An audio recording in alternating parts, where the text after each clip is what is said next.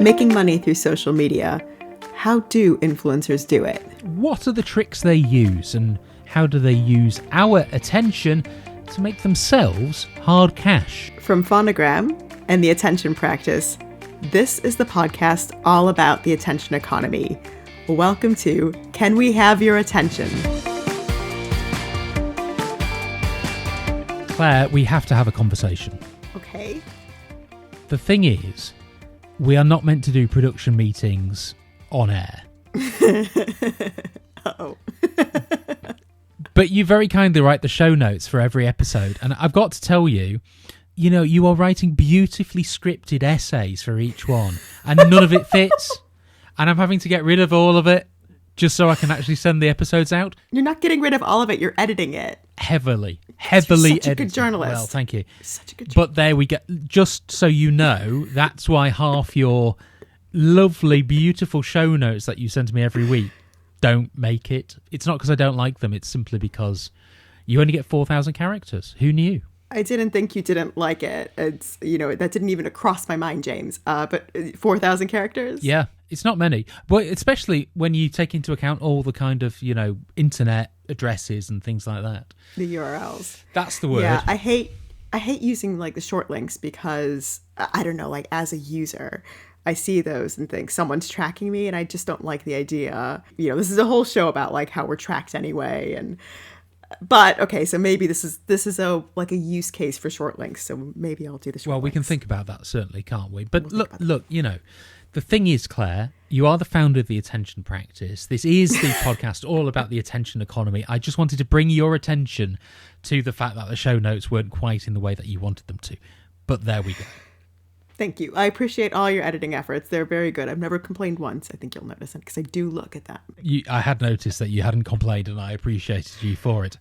Hey, look, let's talk about today's programme, shall we? Because, do you know what? This is a job that didn't exist, 15 years ago? And now is, I do some lecturing, right? Half the kids who, I get to lecture, I think half of them are going to end up as social media content creators. Yeah, I remember 10 years ago, I was working on a Nestle brand and I was reading a report about people who we now refer to as Gen Z, and a huge portion of them saying they wanted to be content creators. This was more than 10 years ago, and I can only see that will have increased substantially since then. Yeah. I remember when they wanted to be astronauts. I wanted to be a cereal packer, personally. I thought you got all this free, Frosties or something. You wanted to be a cereal packer? That job did cross my mind when I was 8. I had a friend in school whose dad came in for, your parents come in to tell them what they do. Like, my dad was, an actual polymer chemist.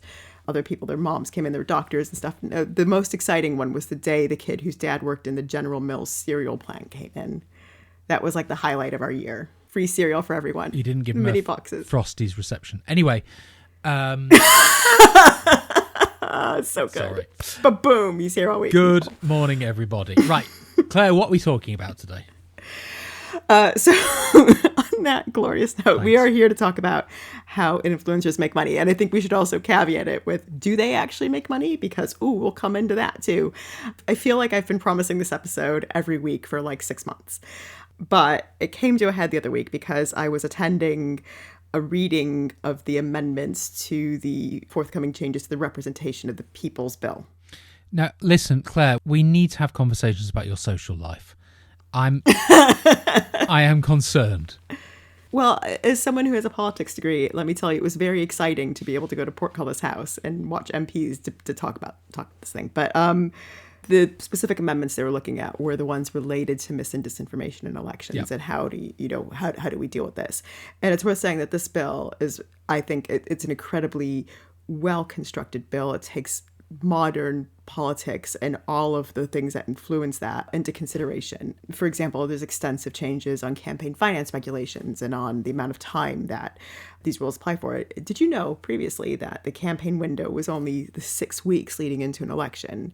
Now the rules about, how communications can influence campaigns, how you use it, can you lie in communications, for example, in politics, will be year round. They'll apply 365 days a year with these changes. So that's all very exciting. But in the course of this reading, there were representatives from across the political spectrum. So in the room were Conservative, Liberal Democrat, Green Party, Labour, of course, as well as civil society and and others. And the thing they really talked about that really struck me was the personal impact of how, virulent and ferocious and personal these campaigns were getting. And one of the MPs in particular told a recently elected MP told some particularly harrowing stories about the kind of misinformation that she was subjected to during her campaign. Some of it from sources that really couldn't be traced, mostly because, it was regular people, but some of it as well promoted by political opponents from across the spectrum. And as she's talking about this, she was saying, some of it was just people making money. And I really want to know, how do these people make money? They didn't really have a political agenda. It was just about making money. And when she said that, I thought, ooh, actually, this is a useful thing to pick up on, because this is something that we've talked about, is how do influencers make money? How does that influence the way that we experience social media? But of course, for politics, it matters greatly as well, because politics is just another special interest that has influencers or actually content creators focused on it. Well, shall we start then with who they are, firstly? Because that's a wide spectrum. I feel like it's only right that I say there are lots of people who make perfectly good, sensible bits of content for companies, for brands, for broadcasters, all good. Is that what we're talking about, or are we talking about the rough edges here? We've taken a broad brush to this, and partly because it's very hard to pin down exactly what a content creator is, right? It's a huge spectrum. So I think we've spoken to, over the course of the last few months as well, we've had an anonymous survey going around. I'll put a link to it in the show notes as well for anyone who wants to contribute to it too and share their experiences anonymously. It's all off the record. Mostly to, I think, sort of the larger end of content creator spectrum, but mainly working, in educational content, right? So people who make content about history education or science or, home life or corporate life today. It's a very broad spectrum of people. But I also went and looked at some research that's been published in the last couple of years, and one in particular that was really, really interesting, some research done by the National Center for Social Research on behalf of HMRC, right, of all organizations. That came out in November, and that research was specifically with what it called social media content creators. It showed that most of them, fell into the spectrum. The upper end of earnings was about £50,000 to £60,000 a year, and that was a very small proportion of it. Most were earning, less than or up to the personal allowance threshold. So which is what, 12,000? £12,500. Yeah. And that's working 50 hours a week on this.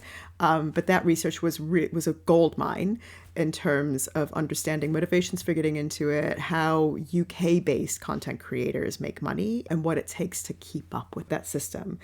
The other thing that I looked at was a pretty dense academic text called, and I have it right here, Market-Oriented Disinformation Research by Carlos Diaz-Ruiz. And it's available online as well through the Taylor Francis website, so I'll link to it in the show notes. But it explains the market dynamics that influence buying and selling of advertising, which is closely related to this.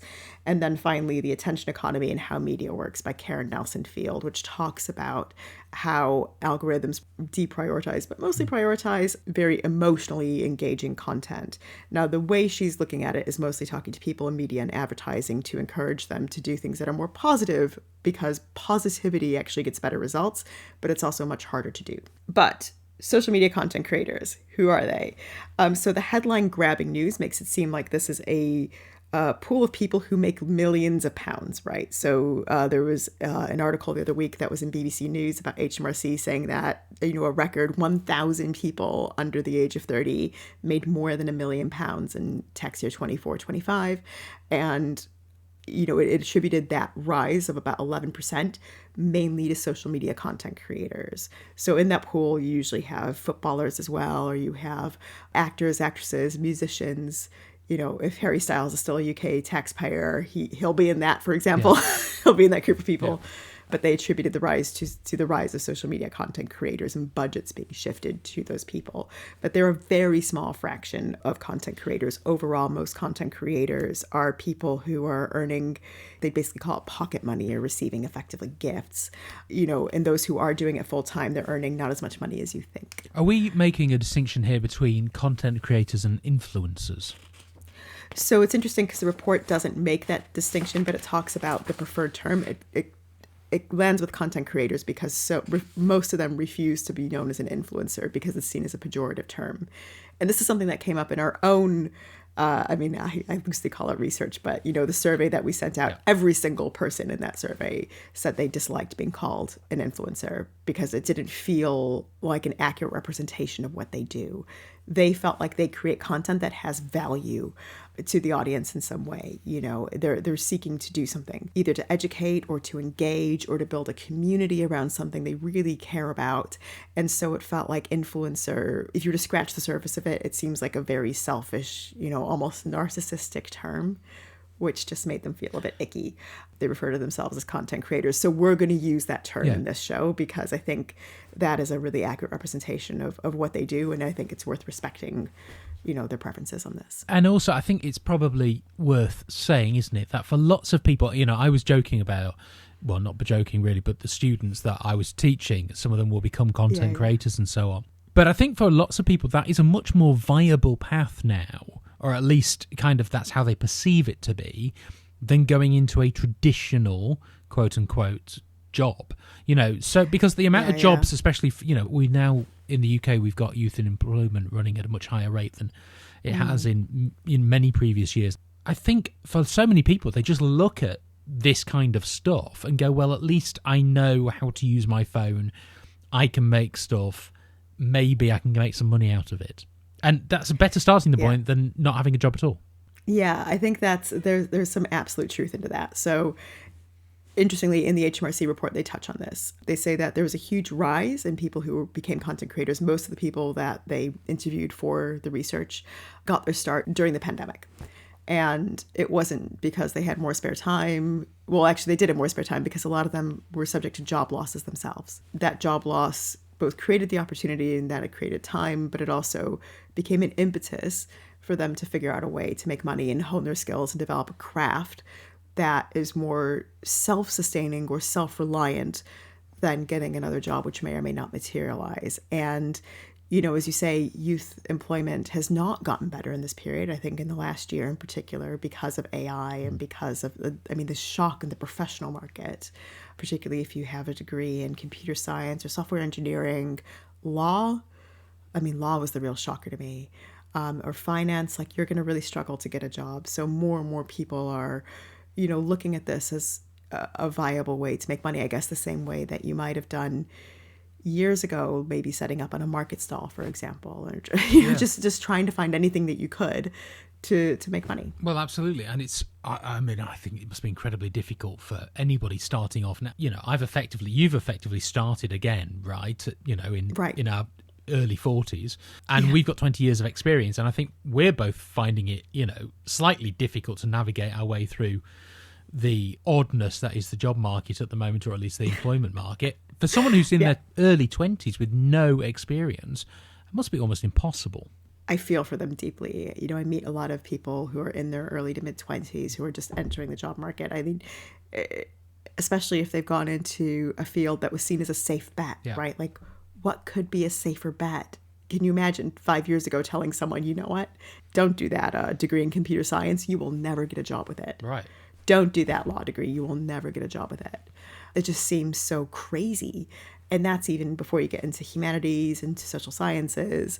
The kind of work that I do, there was a path into analysis jobs that would then lead to, I guess, more management jobs in different fields down the line. Those are being dried up by AI as well. It's very hard to see how you enter a market now. But content creation then becomes one form of doing that. So when people do go into content creation, what are they trying to achieve? What are they trying to hit? What are the parameters for success, would you say, in that sphere? I'm glad you asked. So a huge portion of those people who go into it, and this is qualitative research that has been done on this, so it's, there's no numbers behind it, but it is a substantial portion of it were people who went into it because they were creating community around something they loved. So they didn't really set out with the intention originally of making money, but it seems like, another proportion did, and that proportion's growing, did set into it to make money because someone told them it could be quite lucrative. And it doesn't even have to be someone they know. It's, you turn on the news and all you hear about is 20-year-olds making money by streaming. Yeah. Right? Right. The Manosphere documentary was basically about this. Yeah. But, a huge portion go in, not really necessarily setting out to make money, but just wanting to post or create something about something they love, whether it's football or food or beauty. I mean, the big one is food. Like, food content is just everywhere. And then one of two things happen, maybe at the same time. So the first is that you make a piece of content and it takes off. Something strikes a chord. It takes you a little bit by surprise. It's taken off, and suddenly you found a niche. So I think a couple months ago, I spoke about, there was a content creator that I'd sort of stumbled on. She had one piece of content that just went viral, to use the old term. And the piece of content was vapes the Tudor monarchs would have used. Yes, yes. That was it, right? We did talk about exactly this. Yeah. We did talk about this. I just can't get enough of this.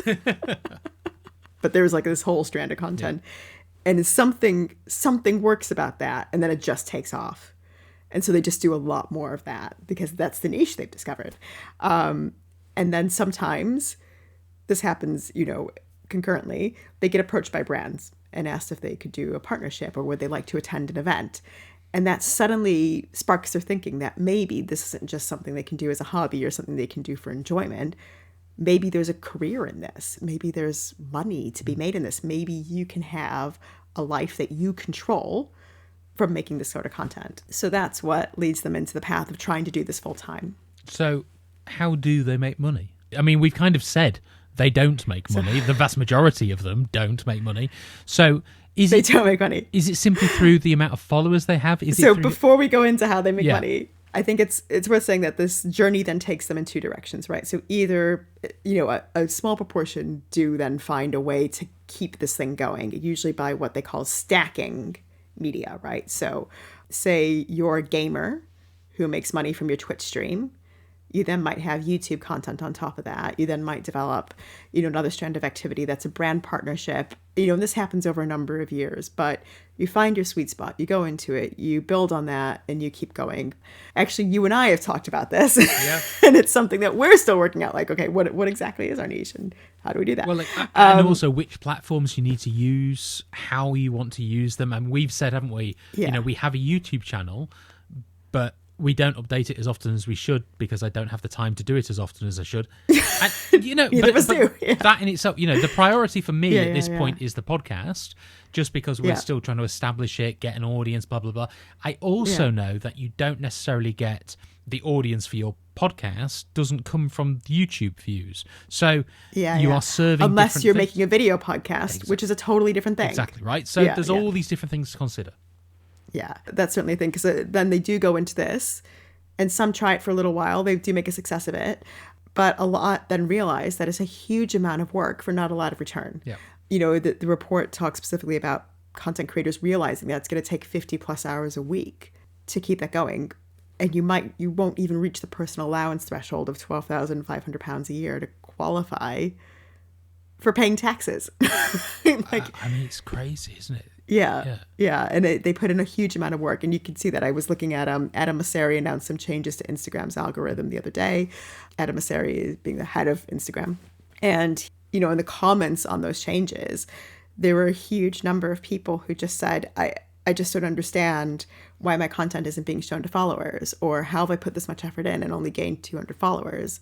And those are the people who are doing like 50 hours a week of videos, editing, putting things together, planning them, trying to work out the content mix, and then putting it out there, and it's reaching maybe like 200 people. Yeah. It must be so frustrating. Well, look, to be honest with you, when I left the BBC, my initial plan, not that I had much of one apart from having a rest, but my initial plan was to set up a podcast network.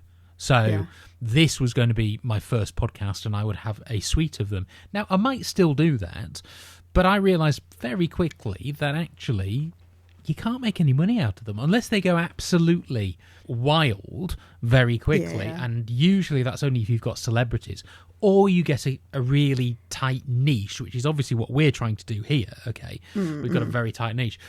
I think it's really difficult to actually get views, which then translates to money, to sales, and so on. It's all so difficult. So that's why I've pivoted slightly, and I'm going to deliver media training. So that is something. And by the way, if you do want to media training, I know it's a superb person who can do it. Very good rates, all of that. Anyway, I'll stop the advert now. And I can also vouch that James is very good at it, because the reason I'm good at this is because James is an excellent media trainer. So I just think it's really fascinating that actually, whatever level you're at, it's hard. Making money out of this stuff is difficult. Very, very, very difficult. But should we go into now how they actually make money when they do? If they do, because they do, even if they're making a small amount, they're still making money, right? Because it's not just about cash payments, and it's not just about advertising. There's all these different kind of areas, isn't there? Including things like gifts, I guess, and kind of paid sponsorships and so on. Yeah, I mean, it's worth saying right away that social media is a really broad thing, right? And there's the big platforms we think about, TikTok, Instagram, Facebook, YouTube. We'll count YouTube in that, shall we? And then there's other ones we think now about: Twitch for streaming, Roblox, someone mentioned the other day. But then there are lots and lots and lots of other social media. I think is basically just whatever you want it to be or not be. Patreon is. OnlyFans might be. Could OnlyFans qualify as social media? Discuss. But huge variation in this. So the first thing right away, and this is usually where, interest gets piqued, is people get approached by brands. Now, the approaches from brands come in a variety of different guises. So one is invitations to events. And from that, you usually start getting gifts. So usually low level gifts that are not financial. They're actually like product tests that you get to keep. So if you've ever watched like low level beauty influencer content, you'll see a lot of like demos. The demos are designed to try to get beauty companies to send them product. And if you are like me, I love beauty products. If any beauty company wants to send me foundation, please. Yes, again, we are going heavily into the realms of, yes. What would we really like to get in our houses, please? If you can ask for chocolate, James, I can ask for mascara. I feel like this is fair. Fair deal. But that's what they do, and they'll do the demos where they apply it, in the hopes that the brands will then send them gifts, because that in itself is a huge amount of money. And HMRC, we're very interested in documenting this, because that can be worth thousands of pounds, right? Actually, but before I went into advertising, I had like a period where I was a technology blogger, particularly for mobiles, and I got sent mobiles all the time. Most of them I had to return, but I remember BlackBerry didn't. I couldn't return it. They wouldn't give me any instructions. They wanted me to keep it. And I found out later that was their big marketing strategy, actually, was to get BlackBerries in the hands of multiple users. They originally started out giving it to, most famously, Paris Hilton and her then PA, who was Kim Kardashian. Right. Okay. I didn't. So they would be photographed. I'm so not up to date with any sort of culture from the last 25 years. Sorry. It's my all-time favorite marketing strategy that any brand has ever done. Some genius at BlackBerry, people would typically give out, in swag bags, they give product away, but they realize that there's no point having this device if you don't have anyone to talk to with it. And the person that celebrities most wanted to talk to, or most needed to talk to really frequently, was their PA. So they gave their PAs the phones. It was genius. Absolute genius. So is there a point at which people start to become eligible for this kind of thing? Are they trying to hit, say 1,000 unique viewers at any one video, and then the advertising companies get interested? So this is so interesting, because there's a huge difference between the way that media, and I say media, I mean journalists, right? And politicians, or anyone in public life, think this works, and actually how it works, and what brands look for, and what content creators themselves know that brands are looking for. So I think if journalists and media in general and politicians, they're really fixated on follower numbers, probably because traditionally this has all been a game of influence, right? And influence has been about how many people are you reaching? But that's not actually an indication of reach in social media, and brands understand this. So what they're looking at, and what content creators themselves are looking for, is a velocity in their content, right? Of engagement.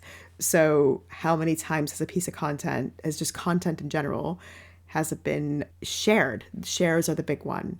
Views are another big one. So not follower counts, but views of maybe a few pieces of content, shares, comments, anything that's engagement, because engagement is what the algorithm will then propel. So this is also partially why I think politicians in particular, and media in general, can get blindsided by stuff, is because they're looking for influencers but they're not actually looking at what is influencing discussion. So how do brands go about finding those people? So they have specialist tools that start tracking any content creator pretty early in their journey. Right. And they're tracking not nodes, so not specific influencers and the number of people around it, but they're tracking conversation related to specific topics. And they're looking to see, or they're tracking like a demographic of some description and adjacent interests. And they're looking to see who or what is starting to rise in that. And if there's an indication that there's someone who is sharing something that people are really like invested in a little bit more, seem to be more emotionally engaged in, as per those engagement, signals, they'll then reach out and contact them. And they're using specialist tools to do that. I find it absolutely fascinating because, as you say, that is completely different to the way that I think most of the media thinks about it. And also, It's interesting because we talked about demographics in the past and how social media has kind of broken the traditional demographic structure of advertising and so on.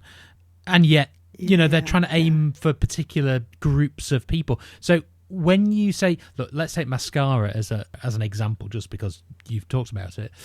If you're a mascara company, do you know who you'd be looking for to go and talk to about a potential partnership?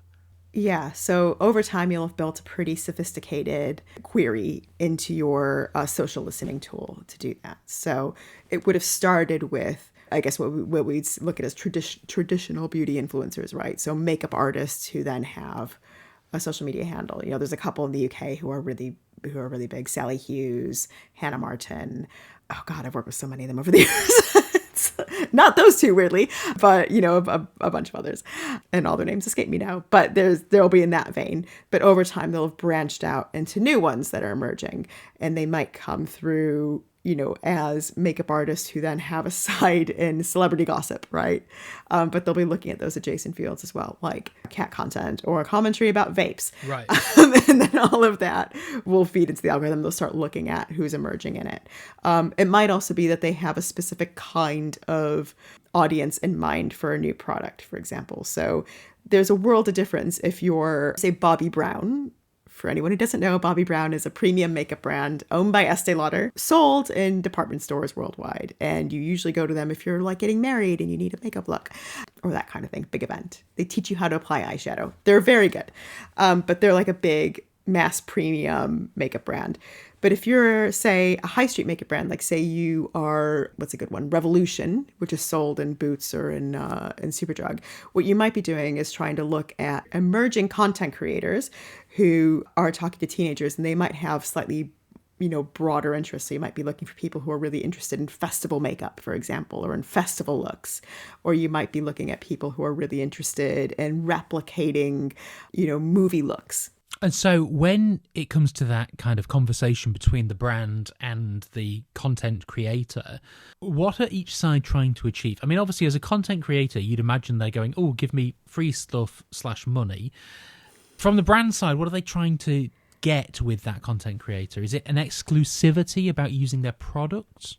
So for the brand side, I'll just say right away, often these are experiments, right? Particularly with this, what they call the micro influencer end, which is sort of below 50,000 followers. So even if we're judging things on views and stuff now, you're still looking at other signals for how big this influencer is and how stable their audience will be.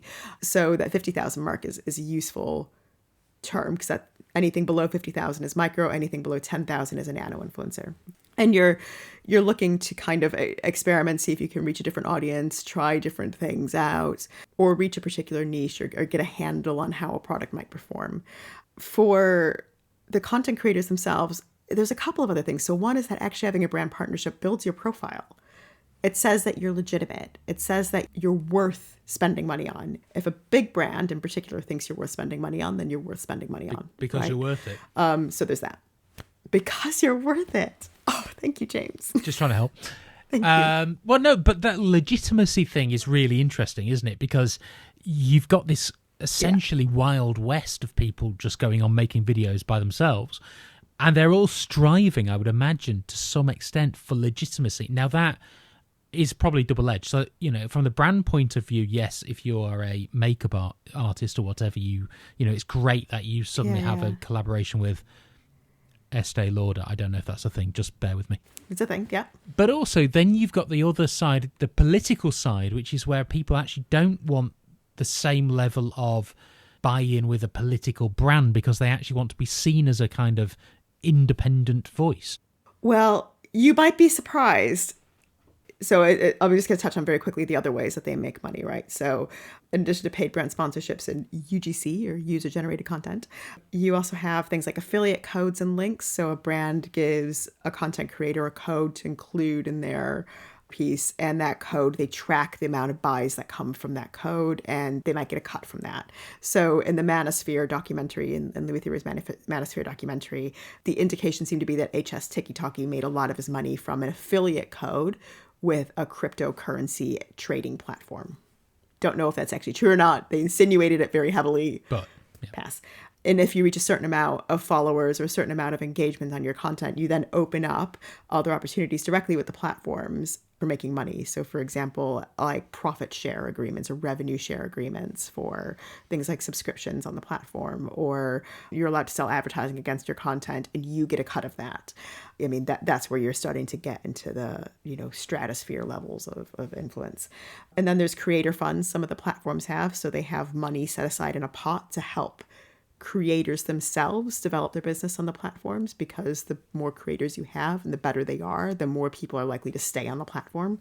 And then fan donations and other income streams. TikTok, for example, if you hit a certain number of followers or streamers or engagement, they open up opportunities for you to accept payment directly through the form of cash gifts. So there's lots of different ways of doing that. But politics in particular, there's an interesting thing that happens here, I think. So we've been talking very broadly about content in general and particularly special subject matter.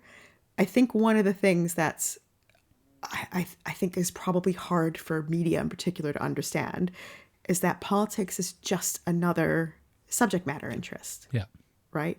So the same way that someone who's, say, a gamer and loves, I'm just going to throw this out there, forgive me world, Animal Crossing, and creates like an Animal Crossing stream and does content about Animal Crossing, and then suddenly discovers they can have this opportunity to connect directly with more and more people and brands are interested in it. The same thing happens with political content during an election cycle, and quite far out as well. So this is why the representation of the people bill, why that is so important, because one element of that is being able to track finance as well as track the campaign content, because there is money in this. I think the BBC had an interesting article that we'll include in the show notes that came from the last US election, where they spoke to a MAGA content creator, and they spoke to, I guess, what would be like a left activist content creator as well, about how they made money through X. And both had a very similar journey where they were just making content about an issue they cared about, and then discovered that they could take payment for that at some stage, that made them money. So they turned on the option to do that. And when they were, met by the journalists themselves, accusations about like posting content that wasn't true or was misinformation, it then became an argument about, well, what is truth and who has the right to say what is true, and this is just my opinion, but missing the point that this is actually, these people aren't journalists, right? These are people who care about an issue. They're creating content. They didn't set out to create money from this, but then discovered that they could make money from it. So why not make $200 in the process? But part of that process was also discovering that some things resonated more with their audience more than other things. And those things were often, misinformation-laden posts, conspiracy theories, and some of it quite dangerous at a social level.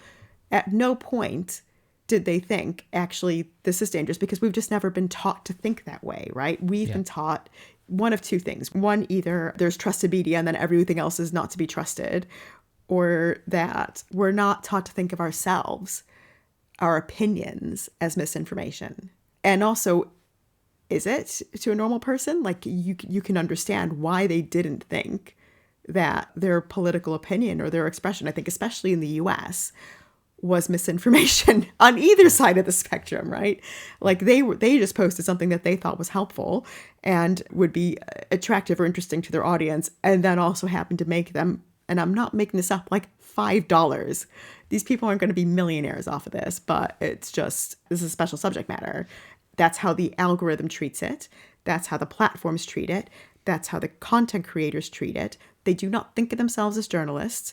They do see that, once it gets put to them that they're posting misinformation, they then start seeing themselves as a correction to media that's just trying to suppress the truth. And that's how you open up that wound.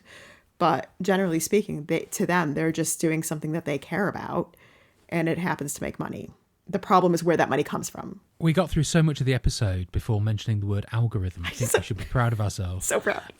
I know, it was very, very good. Look, I know we're going to talk a lot about this in the future because this is a topic we're going to come back to again and again and again.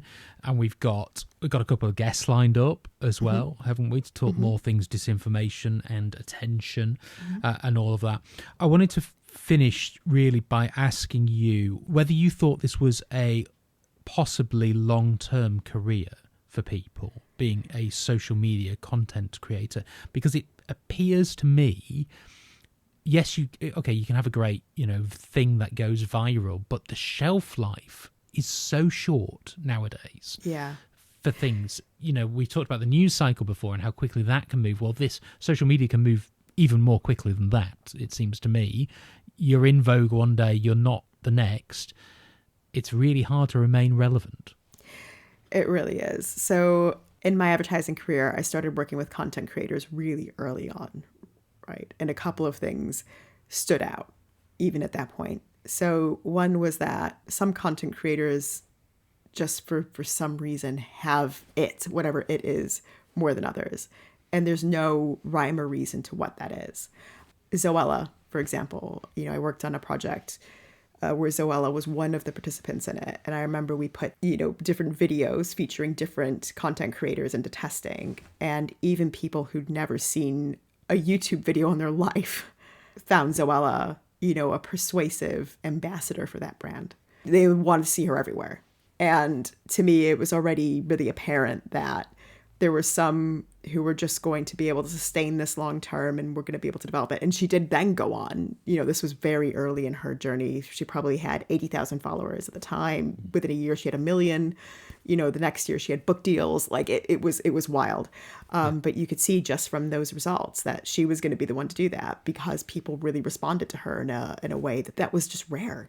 And I think that is now even harder, because the pandemic has massively increased the number of people on the platforms, and it's also the platforms themselves have changed.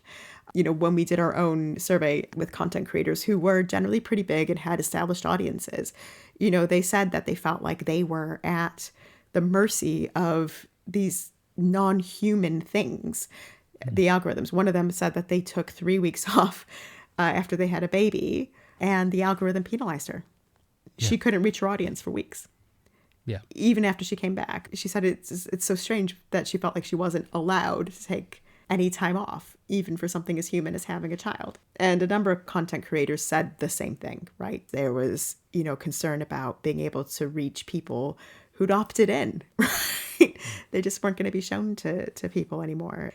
So today I can see that people are very excited by this and they do want it, but I think it's probably even harder than ever before. And that comes out in the research as well. They describe it as it's not a linear journey. It's something where you discover you might be able to make money. You think you're going to have a go at this. And then most realize it's far too hard for the amount that they're putting in and they crash out.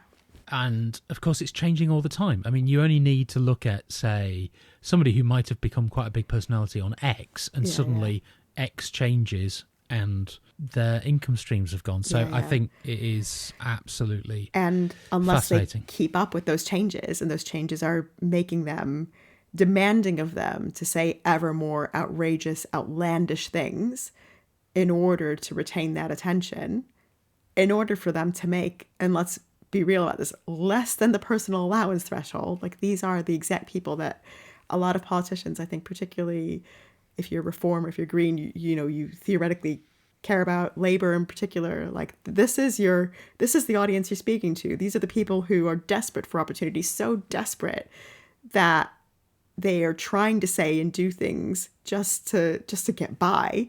I mean, it's a brutal carousel they're in. Okay, Claire, so how do people get in contact with us if they want to talk more about their experiences, perhaps, of being a content creator?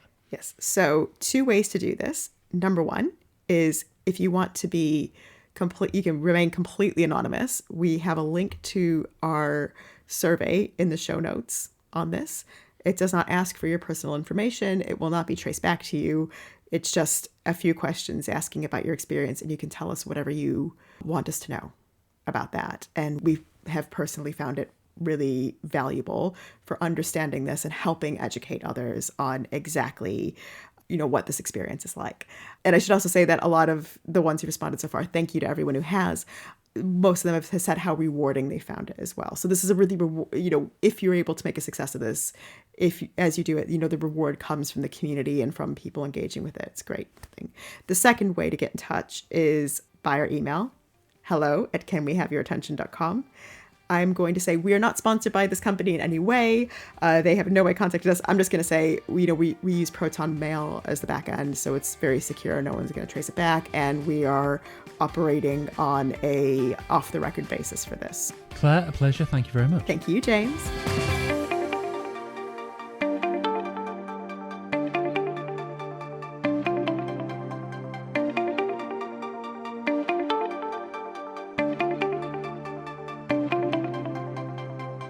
Claire, I just want to add one more thing, which is that, as you know, I was at a funeral this week, and it was for my very good friend Ian Dealey, who I wanted to mention on this podcast because Ian was the most technical man going, who helped me in so many ways with podcasting stuff, including with things like this microphone that I'm currently speaking into, with choosing different bits of technology. We run this whole podcast every time through a system called Orphonic, which is a post-production thing that Ian recommended himself. So he has had a direct influence on this podcast, amongst other things. I wanted to mention this 2 weeks ago. I was not in the state to do so, to be honest with you. But he has had a really kind of fundamental effect on how much I love audio. He was a lovely bloke, a very good friend. Very sad to have lost him at an ungodly young age of 45. But yeah, there you go. I wrote a piece about him and about my new child on Substack, which you can read if you want to do so. But we will include a link in the show notes. Indeed. But Valet, Ian, thank you for all the help. It's been a joy.